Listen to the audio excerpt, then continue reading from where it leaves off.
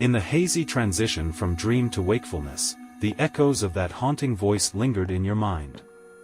The words, "I'm here for your sister, and this is not the first time I came for her," reverberated like a chilling melody, leaving you in a state of disquiet even as the waking world took shape.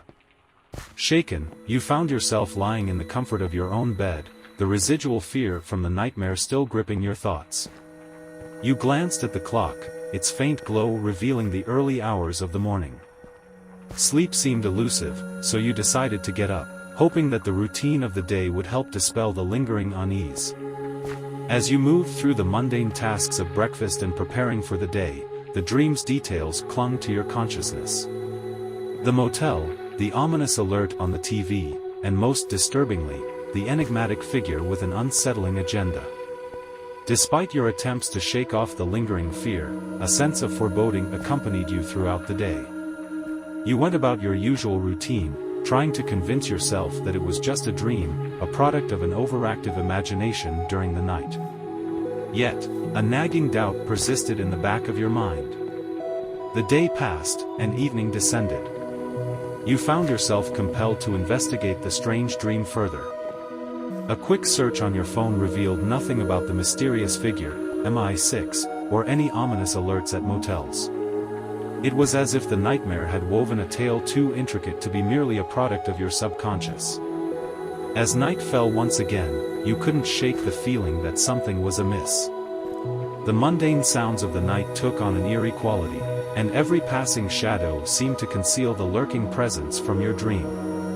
The fear that gripped you in that motel room haunted you anew. In a curious mix of trepidation and determination, you decided to confide in your sister about the unsettling dream. You found her in the living room, engrossed in a book, oblivious to the tumultuous dreamscape that had haunted your sleep. As you recounted the details, her expression shifted from curiosity to concern. The mention of the figure's intentions regarding her sent a shiver down her spine. A chill settled in the room as the implications of the dream unfolded. Together, you delved into the mystery. The concept of MI6 involvement seemed absurd, yet there was a lingering doubt. You explored the possibility that the dream might hold some semblance of truth, hidden beneath the layers of the subconscious. Days turned into nights, and the investigation intensified. The search for any connection to the dream, the figure, or MI6 led you down a convoluted path.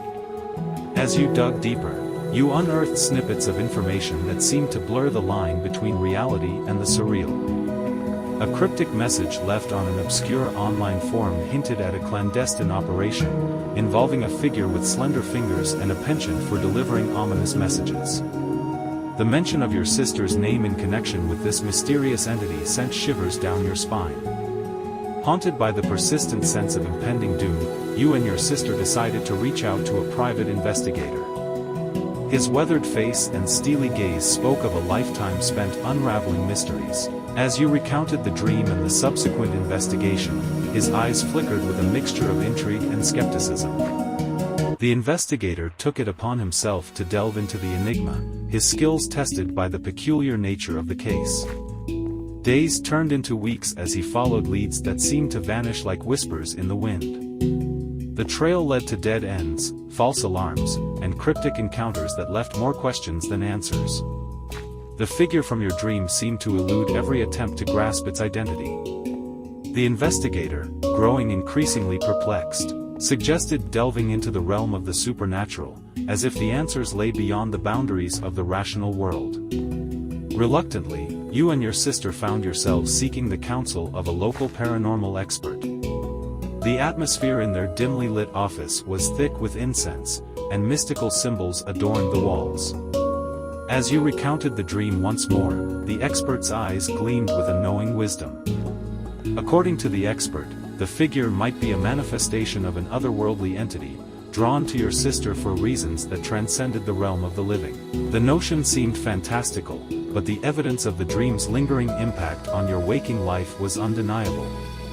Together, you embarked on a journey into the supernatural, exploring ancient rituals, seeking the guidance of mediums, and attempting to decipher the hidden messages within the dream.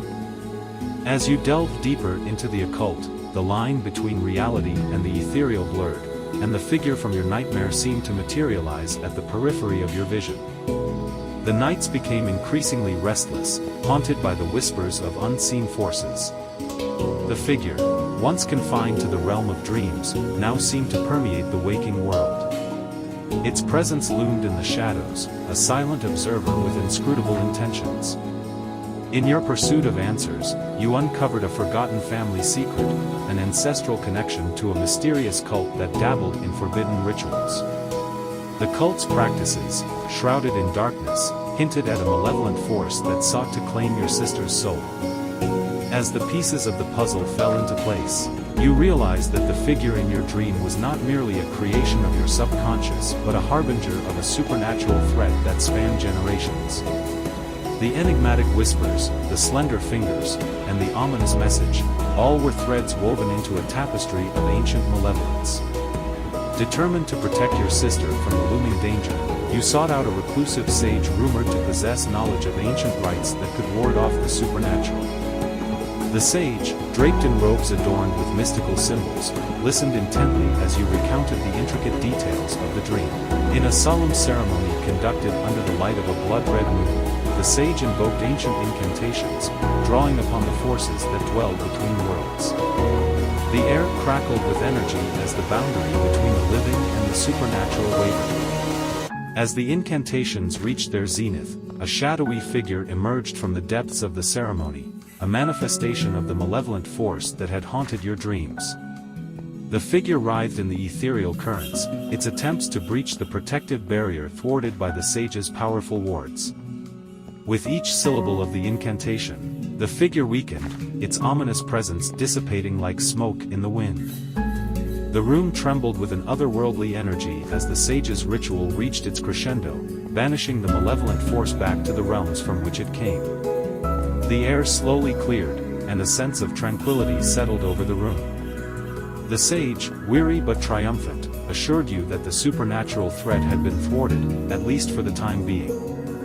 The figure from your dream, its sinister agenda, and the whispers that haunted your nights, all silenced by the ancient rites that guarded against the forces of darkness. As the sage faded into the shadows, you and your sister were left to grapple with the aftermath of the supernatural ordeal. The dream, once a source of terror, now served as a testament to your resilience in the face of otherworldly challenges. The memories of the nightmare persisted, a lingering scar on the fabric of your consciousness. Yet, with each passing day, the fear began to wane, replaced by a newfound strength born of the supernatural trial you had endured. The motel, the mysterious figure, and the whispers that had invaded your sleep, all became fragments of a surreal journey that had transcended the boundaries of the rational world. The nightmares may have ended, but the echoes of that ethereal encounter lingered, a testament to the thin veil that separates the known from the unknowable in the tapestry.